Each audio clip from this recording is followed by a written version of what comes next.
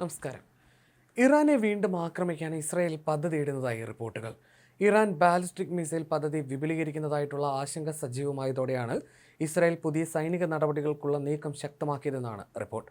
Israel പ്രധാനമന്ത്രി Benjamin Netanyahu തന്റെ Washington സന്ദർശനത്തിൽ അമേരിക്കൻ പ്രസിഡന്റ് ഡൊണാൾഡ് ട്രംപിന് ഇറാനെതിരെയുള്ള പുതിയ ആക്രമണ പദ്ധതികളെക്കുറിച്ച് വിവരങ്ങൾ സമർപ്പിക്കുമെന്നാണ് റിപ്പോർട്ടുകൾ. NBC ന്യൂസാണ് ഈ വാർത്ത പുറത്തുവിട്ടത്. ഈ മാസം അവസാനം ഫ്ലോറിഡയിലെ ട്രംപിന്റെ മാർ-എ-ലാഗോ റിസോർട്ടിൽ വെച്ച് ഇരുവരും കൂടിക്കാഴ്ച നടത്തുമെന്നാണ് പ്രതീക്ഷിക്കുന്നത്. ഇറാന്റെ ബാലിസ്റ്റിക് മിസൈൽ ഉൽപ്പാദനം വർദ്ധിക്കുന്നതിലാണ് ഇസ്രായേലിന് പ്രധാനമായി ആശങ്കയുള്ളത്. നിലവിലെ വേഗതയിൽ പോയാൽ ഇറാൻ പ്രതിമാസം 3000 മിസൈലുകൾ വരെ നിർമ്മിച്ചേക്കാമെന്ന് ഇസ്രായേൽ കരുതുന്നു.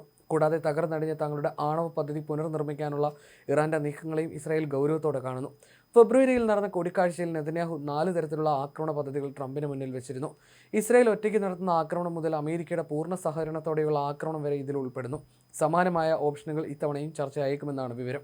ഈ വർഷം ഇറാനും ഇസ്രായേലും തമ്മിൽ 2 ആഴ്ചയോളം നീണ്ടുനിന്ന യുദ്ധത്തിൽ കനത്ത നാശനഷ്ടമാണ് ഇരു രാജ്യങ്ങൾക്കും ഉണ്ടായത്.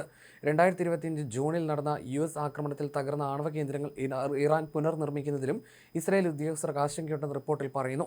ഇറാൻ ആണവായുധം നിർമ്മിക്കാൻ ശ്രമിച്ചാൽ ആ കേന്ദ്രങ്ങൾ തകർക്കുമെന്ന് വൈറ്റ് ഹൗസ് വക്താവ് അന്ന കെലി പ്രതികരിച്ചിട്ടുണ്ട്. അതേസമയം സമാധാനപരമായ ആവശ്യങ്ങൾക്കല്ലാതെ ആണവ പദ്ധതി എന്ന ആരോപണം ഇറാൻ നിഷേധിക്കുന്നുണ്ടെങ്കിലും ഇസ്രായേൽ ഇത് അംഗീകരിക്കുന്നില്ല.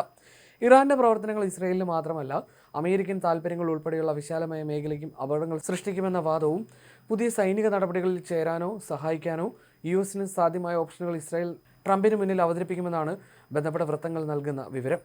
ഈ മാസം അവസാനം ഫ്ലോറിഡയിൽ വെച്ച് നടക്കാനിരിക്കുന്ന കൂടിക്കാഴ്ചയിൽ ഇറാന്റെ മിസൈൽ ഉൽപ്പാദനം പുനഃസ്ഥാപിക്കുന്നതും വ്യോമ പ്രതിരോധ സംവിധാനങ്ങൾ നവീകരിക്കുന്നതും പ്രധാന ചർച്ചാ വിഷയമാകുമെന്ന് NBC ന്യൂസ് അടക്കം റിപ്പോർട്ട് ചെയ്യുന്നു.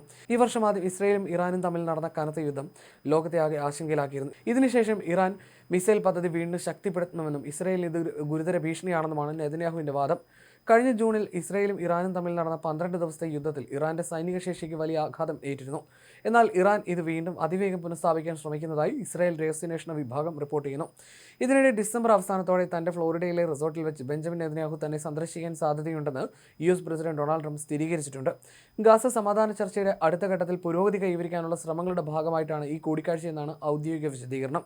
അദ്ദേഹം എന്നെ കാണാൻ ആഗ്രഹിക്കുന്നു. ഔദ്യോഗികമായി സമയം നിശ്ചയിച്ചിട്ടില്ലെങ്കിലും ഫ്ലോറിഡയിൽ വെച്ച് കൂടിക്കാഴ്ച നടന്നേക്കാമെന്നാണ് ട്രംപ് മാധ്യമങ്ങളോട് പറഞ്ഞത്. ഡിസംബർ 29 കൂടിക്കാഴ്ച നടത്തുമെന്നാണ് ഇസ്രായേൽ ഉദ്യോഗസ്ഥർ പ്രഖ്യാപിച്ചിരിക്കുന്നത്. ഈ കൂടിക്കാഴ്ച പശ്ചിമേഷ്യയിലെ സ്ഥിരതയെ ബാധിക്കുന്ന നിർണായക ചർച്ചകൾക്ക് വേദിയാകുമെന്നാണ് പ്രതീക്ഷ. ഇറാന്റെ ന്യൂക്ലിയർ പരിപാടി പൂർണ്ണമായി തകർത്തുവെന്ന അമേരിക്കയുടെ വാദത്തിനിടയിലും മിസൈൽ ഉൽപ്പാദന കേന്ദ്രങ്ങൾ പുനർനിർമ്മിക്കുന്നത് കൂടുതൽ അടിയന്തര പ്രശ്നമായി ഇസ്രായേൽ കാണുന്നു.